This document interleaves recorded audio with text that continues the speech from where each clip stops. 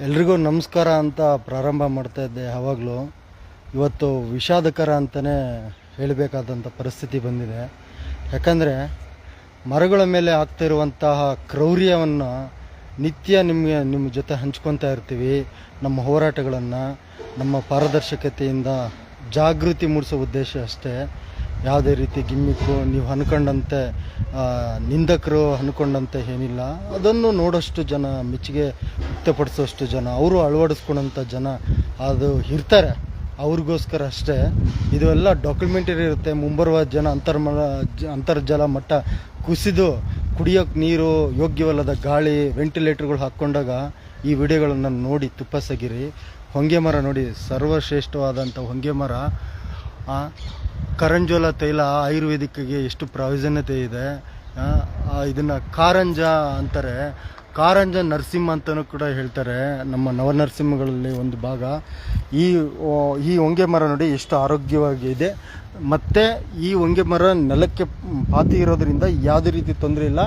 ಈ ಮನುಷ್ಯ ಮಾಡಿರೋ ಈ ವೈರ್ಗಳನ್ನು ಸುತ್ತಿದ್ದಾರೆ. ಇದು ಬಂಧಿಸಿರೋದು, ಇದು ಒಂದು ರೀತಿ ಇದು ಕಗ್ಗೊಲೆನೇ ಇದು ಮಾಡ್ತಾ ಇರೋದು ಕೂಡ. ಇವುಗಳನ್ನ ಆದಷ್ಟು ಈ ಒಂದು ಅರಣ್ಯ ಇಲಾಖೆ ಈ ಮರಗಳ ಬಗ್ಗೆ ಸಂವೇದನೆ ಮೂಡಿಸಿ ತೆಗೆಸುವಂಥದ್ದಾಗಬೇಕು. ನೋಡಿ, ಇತ್ತೀಚೆಗೆ ಕಟ್ಟಿದಂಥ ನೋಡಿ, ಮನೆ ಕಟ್ಟುವಾಗ ಮರಗಳ ಮೇಲೆ ಆಗೋ ಕ್ರೌರ್ಯ ನೋಡಿ. ಇತ್ತೀಚೆಗೆ ನಿರ್ಮಾಣ ಆದಂಥ ಮರ ಈ ಹೊಂಗೆ ಮರ ನೋಡಿ, ಇಲ್ಲಿ ಇದೆ. ಯಾಕಂದರೆ ಎರಡೂ ಲೈನ್ಗಳಲ್ಲೂ ಹೊಂಗೆ ಮರ ಇದೆ. ಇಲ್ಲಿರ್ತಕ್ಕಂಥ ಹೊಂಗೆ ಮರನ ಈ ಹೊಂಗೆ ಮರಕ್ಕೆ ಪಾತಿ ಇಲ್ಲ ನೋಡಿ, ಕಾಣ್ಬೋದು. ಈ ಹೊಂಗೆ ಮರಕ್ಕೆ ಪಾತಿ ಇಲ್ಲ. ಬರ್ತಾರೆ ವಾಳಿಂಕ ರಾಲೇದು. ಒಂದು ನಿಮಿಷ. ಈ ಹೊಂಗೆ ಮರ ನೋಡಿ, ಈ ಎರಡೂ ಲೈನಲ್ಲೂ ಹೊಂಗೆ ಮರ ಇದೆ. ಈ ಮನೆ ಹತ್ರ ಇದ್ದಂಥ ಹೊಂಗೆ ಮರ ಕೂಡ ಇದನ್ನು ಕಟ್ಟುವ ಸಂದರ್ಭದಲ್ಲಿ ಕೊಂಬೆಗಳನ್ನು ಕಡಿದು ಬಿಟ್ಟಿದ್ದಾರೆ, ಕಾಣ್ಬೋದು. ಇಲ್ಲಿ ಕೊಂಬೆ ಕಡಿದಾಗ ಇದು ತುಂಬ ಇದಕ್ಕಾಗ್ಬಿಟ್ಟಿದೆ, ಇದಕ್ಕೆ ಡೇಂಜರು, ಇದಕ್ಕೆ ಶಾಕ್ ಆಗಿಬಿಟ್ಟಿದೆ. ಆ ಶಾಕಿಗೆ ಯಾವುದೇ ರೀತಿ ಇದಕ್ಕಿಲ್ಲಿ ಗಂಜಲ ಆಗಲಿ ಸಗಣಿ ಆಗಲಿ ಲೇಪನೆ ಮಾಡಿಲ್ಲ. ಇದನ್ನು ಉಳಿಸ್ಕೊಳೋಂಥದ್ದಾಗಿಲ್ಲ. ಇದನ್ನು ಕಡಿದಾಗ ಇದು ಕೋಮಾಗಿ ಹೋಗಿದೆ. ಮತ್ತೆ ಮೇಲಿರೋ ಕೊಂಬೆಗಳನ್ನು ಕಡಿದು ಬಿಟ್ಟಿದ್ದಾರೆ. ನಂತರ ಇದನ್ನು ಬಂಧಿಸಿರೋದು ನೋಡಿ, ಕಾಂಕ್ರೀಟ್ ಹಾಕಿ ಪಾತಿ ಇಲ್ದೇ ಇದನ್ನು ಬಂಧಿಸಿರೋದ್ರಿಂದ ಮರ, ಹೊಂಗೆ ಮರ ಆಕ್ಸಿಜನ್ ಕೊಡುವಂಥ ಮರ.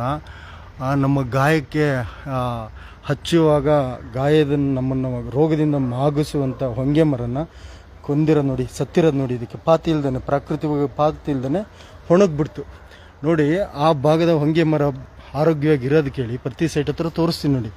ಅಲ್ಲಿರೋ ಹೊಂಗೆ ಮರ ಬದುಕಿರೋದು ಹೇಳಿ, ಈ ಹೊಂಗೆ ಮರ ಸತ್ತಿರೋದು ನೋಡಿ. ನಂತರ ಇಲ್ಲಿ ಖಾಲಿ ಸೈಟ್ ಹತ್ರ ಒಂದು ಹೊಂಗೆ ಮರ ಇದೆ.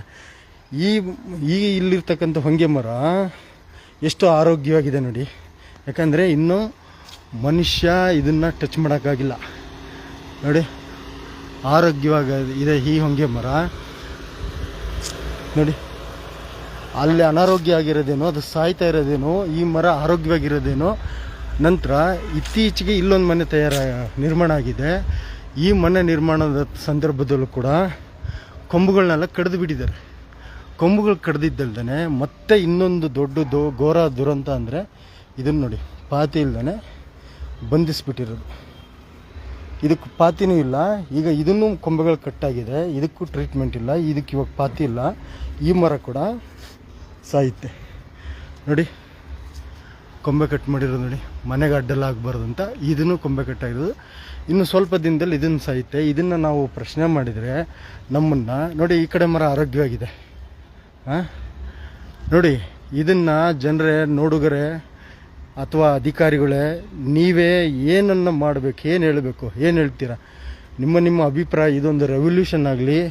ನಿಮ್ಮ ಅಭಿಪ್ರಾಯ, ನಿಮ್ಮದೇ ಆದ ಚೊಕ್ಕ ಬರವಣಿಗೆ, ನಿಮ್ಮದೇ ಆದ ಕಮೆಂಟ್ಸ್ಗಳು, ನಿಮ್ಮದೇ ಆದ ರೀತಿಲಿ ಇದನ್ನು ಯಾರಿಗೆ ತಲುಪಿಸ್ಬೇಕು? ಜನರಿಗೆ ತಿಳಿಸ್ಬೇಕಾ? ಇದನ್ನು ಎಜುಕೇಟ್ ಮಾಡಬೇಕಾ? ಅಧಿಕಾರಿಗಳಿಗೆ ತಿಳಿಸಿ ಇದನ್ನು ಬಂಧನಗಳಿಂದ ಮುಕ್ತಗೊಳಿಸ್ಬೇಕಾ? ಏನು ಮಾಡಬೇಕು ಅನ್ನೋದನ್ನು ನೀವೇ ಒಮ್ಮೆ ಯೋಚಿಸಿ ನೋಡಿ. ಯಾಕಂದರೆ ಮರ ಬೆಳಿಲಿಕ್ಕೆ ನೋಡಿ, ಮನೆ ಕಟ್ಟಲಿಕ್ಕೆ ಕೊಂಬೆ ರೆಂಬೆಗಳು ಅಡ್ಡ ಬಂತು ಅಂತ ಕಡಿತಾರೆ. ಅಲ್ಲಿ ಬೆಸ್ಕಾಮ್ ವೈರ್ ಬಂತು ಅಂತ ಅಲ್ಲಿ ಕಡಿತಾರೆ. ಇಲ್ಲಿ ಕೇಬಲ್ ವೈರ್ ಹೋಯ್ತು ಅಂತ ನೆಲದಿಂದ ಹೋದರೆ ಇಲ್ಲಿ ಬೇರು ಬಗೀತಾರೆ. ಈ ಮರ ಬದುಕೋದಾದರೂ ಹೇಗೆ? ಒಮ್ಮೆ ಯೋಚಿಸಿ.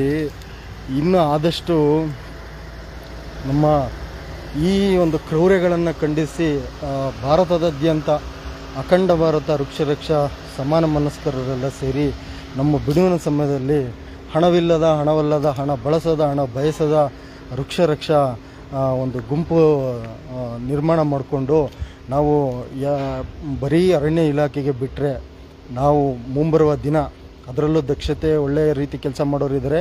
ಇನ್ನು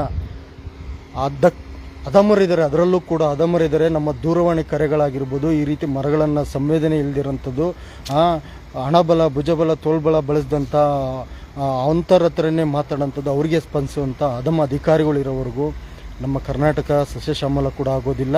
ಮತ್ತು ನಾವು ಬರಡು ಭೂಮಿ ಈಗ ಹಾಹಾಕಾರ ಆಗುತ್ತೆ. ಈಗ ಆಲ್ರೆಡಿ ಬೆಂಗಳೂರು, ಈಗ ಇದು ಬೆಂಗಳೂರು ಕನಕಪುರ ರೋಡಲ್ಲಿ ಆಗಿರತಕ್ಕಂಥ ಇದು ಕೃತ್ಯ. ಆಲ್ರೆಡಿ ಬೆಂಗಳೂರು ನೀರಿನ ಅಂತರ್ಜಲ ಮಟ್ಟ ತುಂಬ ಕುಸಿತ ಬಂದಿದೆ. ಇನ್ನೊಂದು ದೊಡ್ಡಬೆಲ್ಕೆರೆ ಅನ್ನೋ ಒಂದು ಕಡೆ ಜಲಮಂಡಳಿಯಿಂದ ಏನೋ ನಿರ್ಮಾಣ ಮಾಡ್ತಾಯಿದ್ದಾರೆ. ಅದು ವಿಷಾದಕರ. ಏನಪ್ಪ ಅಂದರೆ ಅಲ್ಲಿನೂ ಕೂಡ ಮರಗಳನ್ನು ಕಡಿದೆ, ಮರವನ್ನು ಕೊಂದು ಮತ್ತೆ ಅದಕ್ಕೆ ಆಕ್ಷೇಪಣೆ ವ್ಯಕ್ತಪಡಿಸಿ ಬರೀ 10 ದಿನ ಸಮಯದಲ್ಲಿ ಅದನ್ನು ತಂದಿದ್ದರು. ಅದು ಎಷ್ಟು ಕಾರ್ಯರೂಪಕ್ಕೆ ಬಂದಿದೆ ಗೊತ್ತಿಲ್ಲ. ಜಲ ಸಂರಕ್ಷಣಾ ಘಟಕಕ್ಕೂ ಕೂಡ ಮರಗಳನ್ನು ಅಂತರ್ಜಲ ಮಟ್ಟ ಹೆಚ್ಚಿಸ್ತಿರೋದು ಹಾವುಗಳು ಮರಗಳೇ ಕಣ್ರಿ. ಅಂಥ ಮರಗಳನ್ನ ಕೊಂದು ಕಡಿದು ನೀವೇನ್ರಿ ಜಲ ಘಟಕ ನಿರ್ಮಾಣ ಮಾಡ್ತೀರಿ? ಏನು ಅವೈಜ್ಞಾನಿಕ ಇದೆಲ್ಲ. ಮಿತ್ರರೇ, ಇನ್ನಾದರೂ ಎಚ್ಚೆತ್ಕೊಂಡು ಇಂಥವ್ರನ್ನೆಲ್ಲ ನಾವು ಖಂಡಿಸುವಂಥದ್ದು, ಇವ್ರ ಗಮನಕ್ಕೆ ಎಚ್ಚರಿಸುವಂಥದ್ದು ಆಗಲೇಬೇಕು. ಇಲ್ಲಾಂದರೆ ನಮ್ಮ ಕರ್ನಾಟಕನ ಬರಡು ಭೂಮಿ ಮಾಡಿಬಿಡ್ತಾರೆ ಇವರೆಲ್ಲ ಸೇರಿ. ಧನ್ಯವಾದ. ರೈತ ವೃಕ್ಷ ರಕ್ಷಕ ಅಜಯ.